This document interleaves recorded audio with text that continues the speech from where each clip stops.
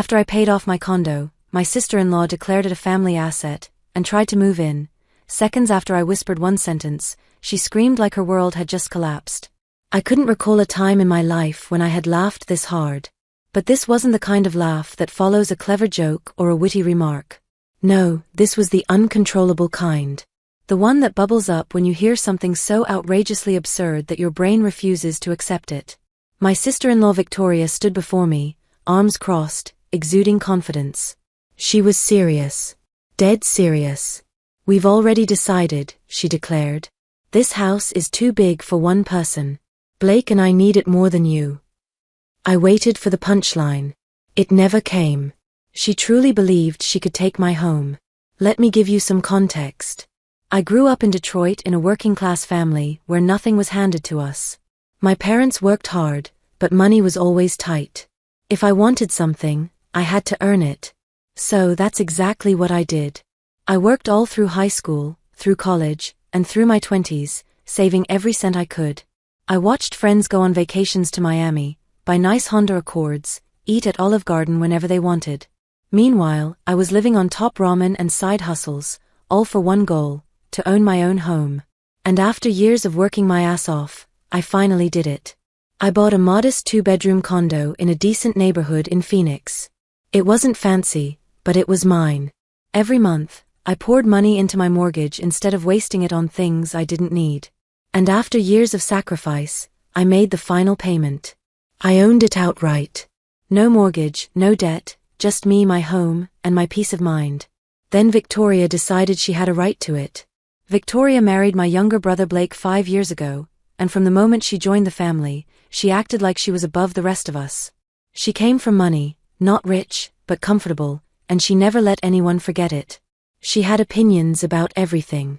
The way we dressed, the places we ate at Red Robin instead of fancy steakhouses, the cheap gifts we gave for Christmas. But the thing she looked down on the most? My condo. "It's so small," she had said the first time she visited, wrinkling her nose. "I could never live somewhere like this." Well, fast forward a few years, and suddenly she wanted it. The day she showed up at my door, I should have known something was off. She never visited me alone. She usually avoided spending time with me unless she had to. But that day, she waltzed in like she owned the place, looking around like she was inspecting something. Then she turned to me and said, "So we've made a decision." I didn't know what she was talking about, but something about the way she said it put me on edge. She crossed her arms and gave me this condescending smile, like she was explaining something to a child. "This condo," she said slowly, "is a family asset now." I just stared. "A what?" "A family asset," she repeated, as if saying it twice would make it make sense. "You've had it for years, and now that it's paid off, it belongs to the family." I blinked. "No, it belongs to me. I bought it. I paid for it." She waved a hand like that was a minor detail. "Sure, but you don't need all this space. It makes more sense for us to live here. Blake and I have a child. You don't." I laughed out loud. It wasn't even intentional. It just came out. She frowned. "What's so funny?" "You," I said, still chuckling. "You actually think you can just, what? Claim my home?"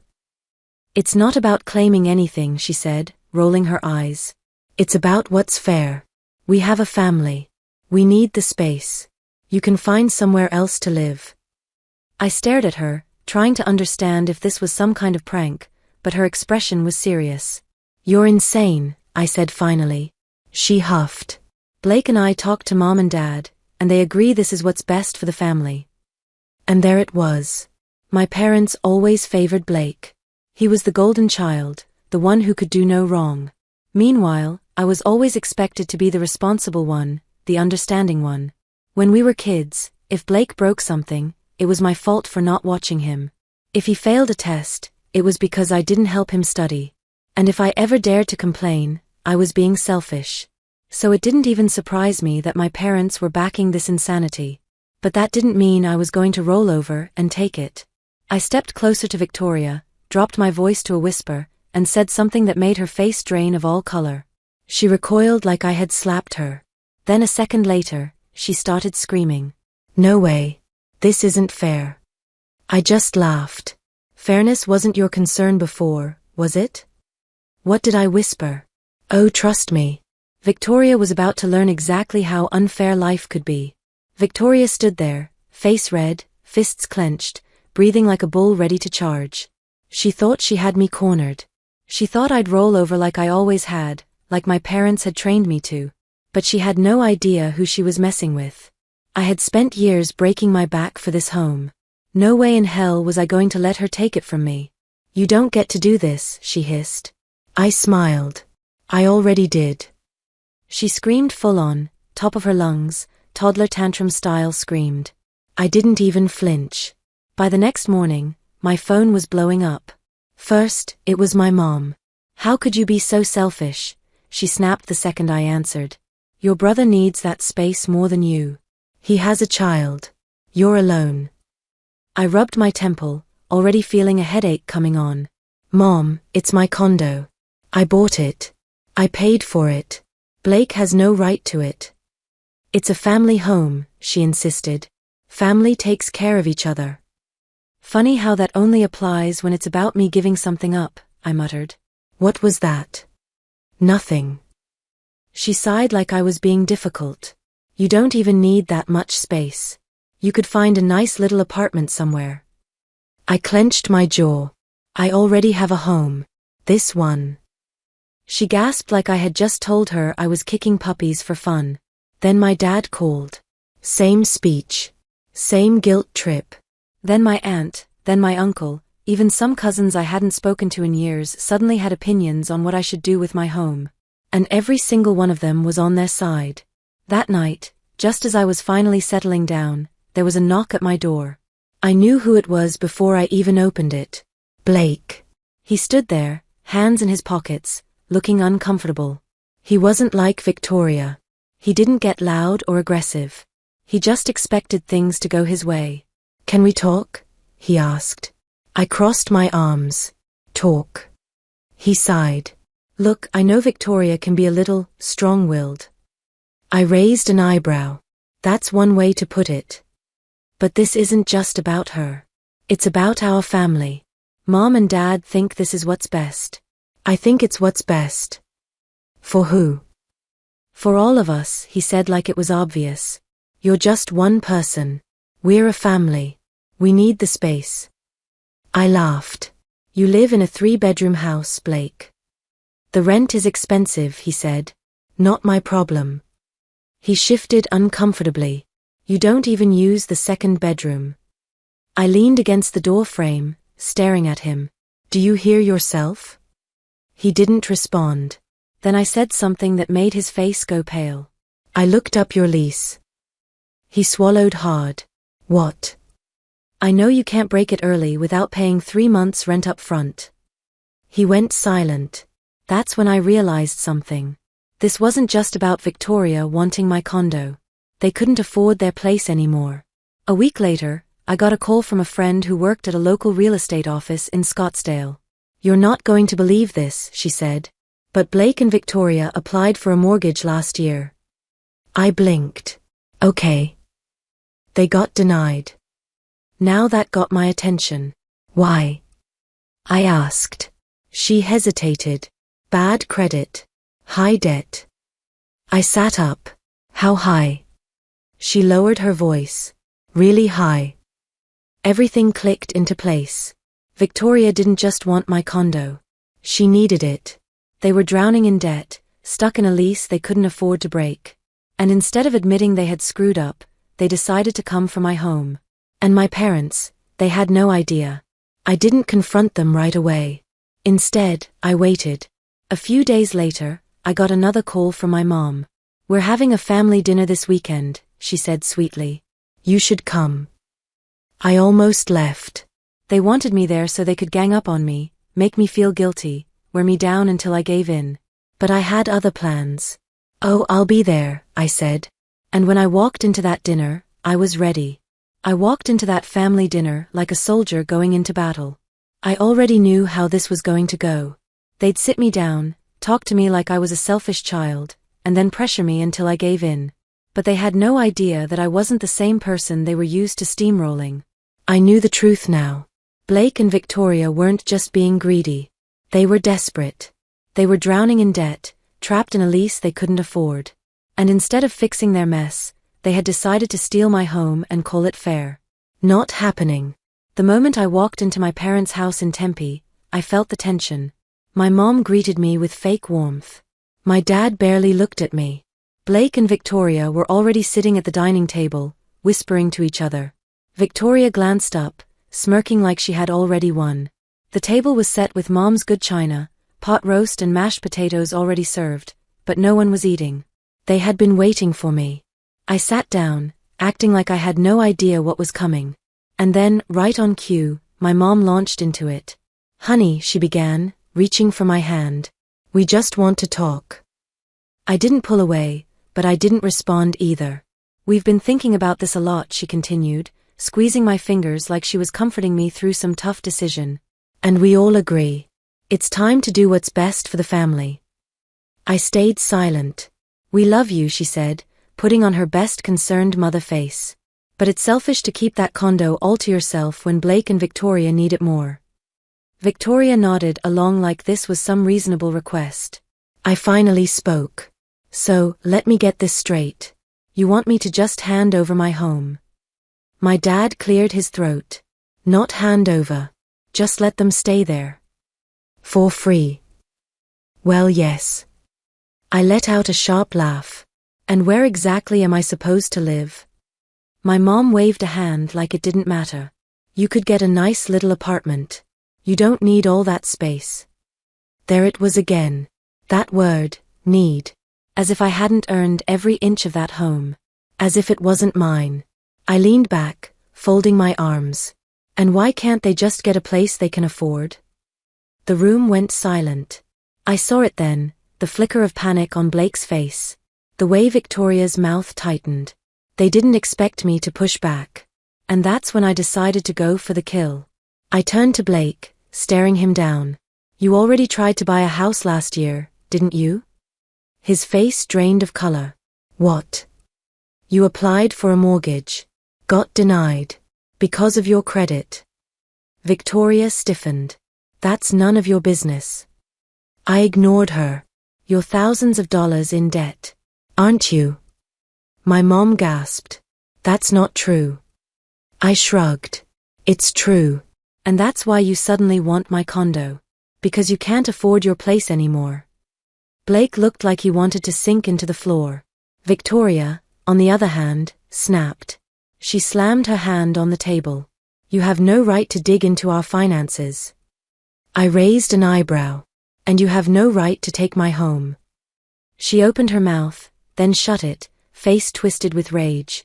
My mom turned to Blake, eyes wide. "Is this true?" Blake swallowed hard but didn't answer. And just like that, the entire dynamic shifted. I saw it on my mom's face, the first crack in her blind loyalty to Blake.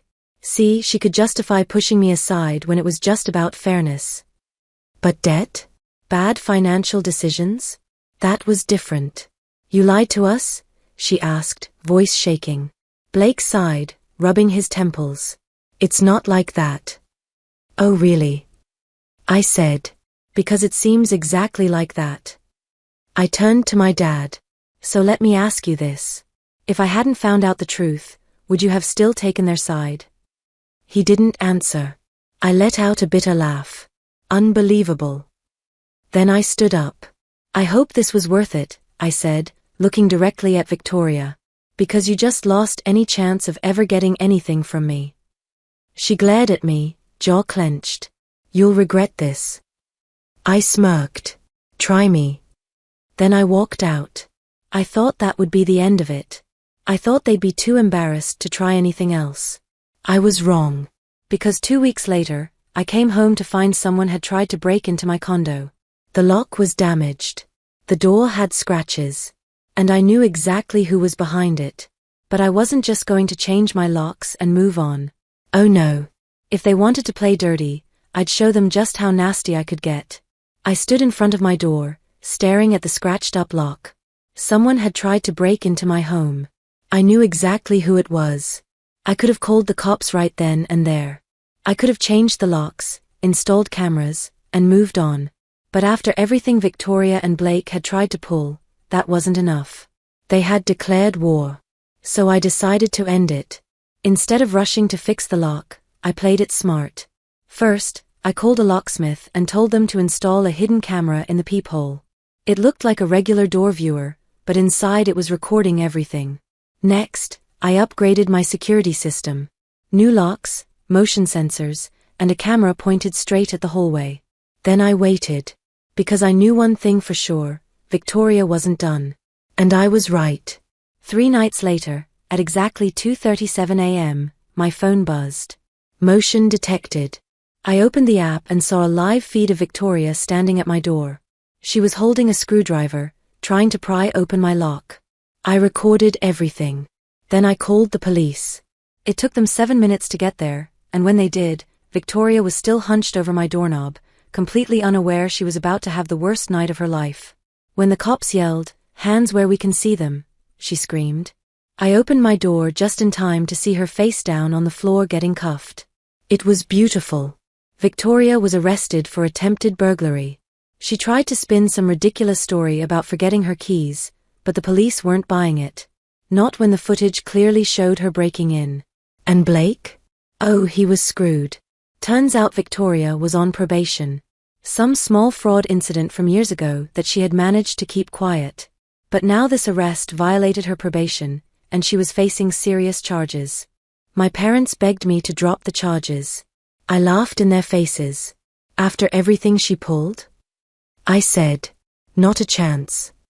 They tried to guilt-trip me, cry about family, tell me I was ruining Victoria's life. But I had heard enough of their nonsense.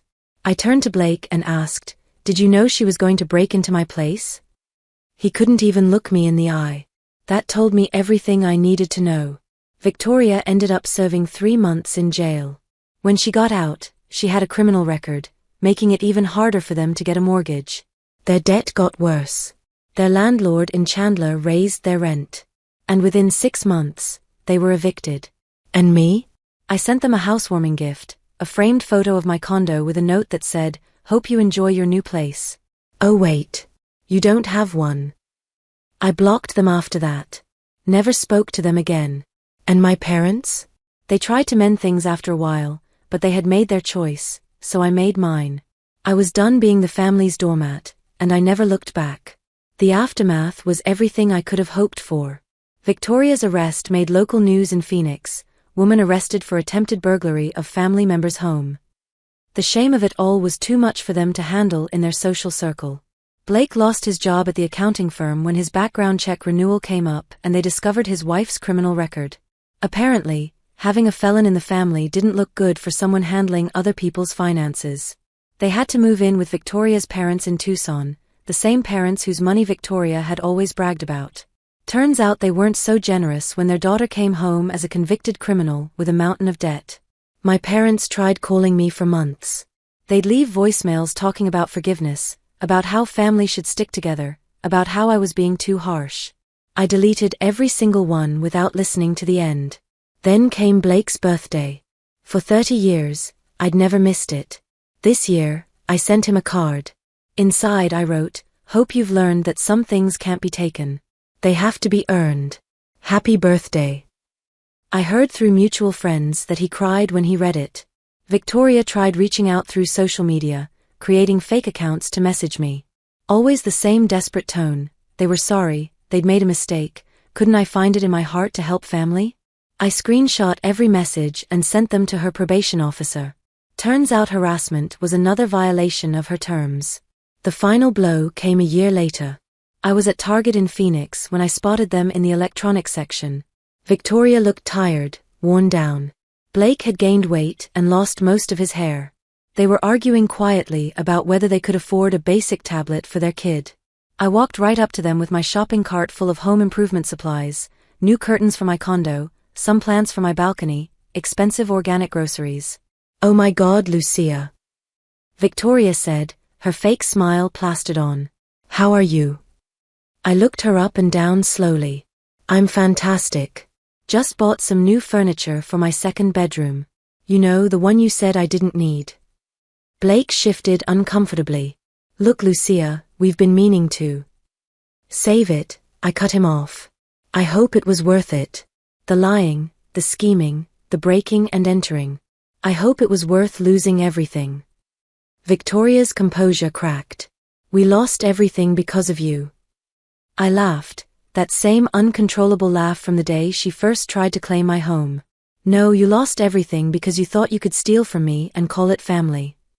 I leaned in closer, lowering my voice. And just so we're clear, if you ever, and I mean ever, come near me or my property again, I won't hesitate to call the police. You're one violation away from going back to jail, Victoria. Don't test me. She went pale. Blake grabbed her arm, pulling her away. Come on, we're leaving. As they hurried off, I heard Victoria hiss at Blake, this is all your fault. I told you we should have just asked her for money instead. Even in defeat, she still didn't understand. It was never about the money or the space or what was fair. It was about respect. It was about understanding that some things aren't yours to take, no matter how much you want them or think you deserve them. I finished my shopping, went home to my paid-off condo, and made myself a celebratory dinner. Steak, wine, and the satisfaction of knowing I'd stood up for myself when it mattered most. If there's one thing I learned from this whole mess, it's this: some people think family means they can walk all over you. The only way to stop them is to make sure they regret it. And trust me, Victoria and Blake will never forget the day they tried to steal from Lucia Martinez. Never again would anyone in my family, or anywhere else, mistake my kindness for weakness. My condo is still mine. My life is still mine. And my self-respect? That's something they could never take away, no matter how hard they tried.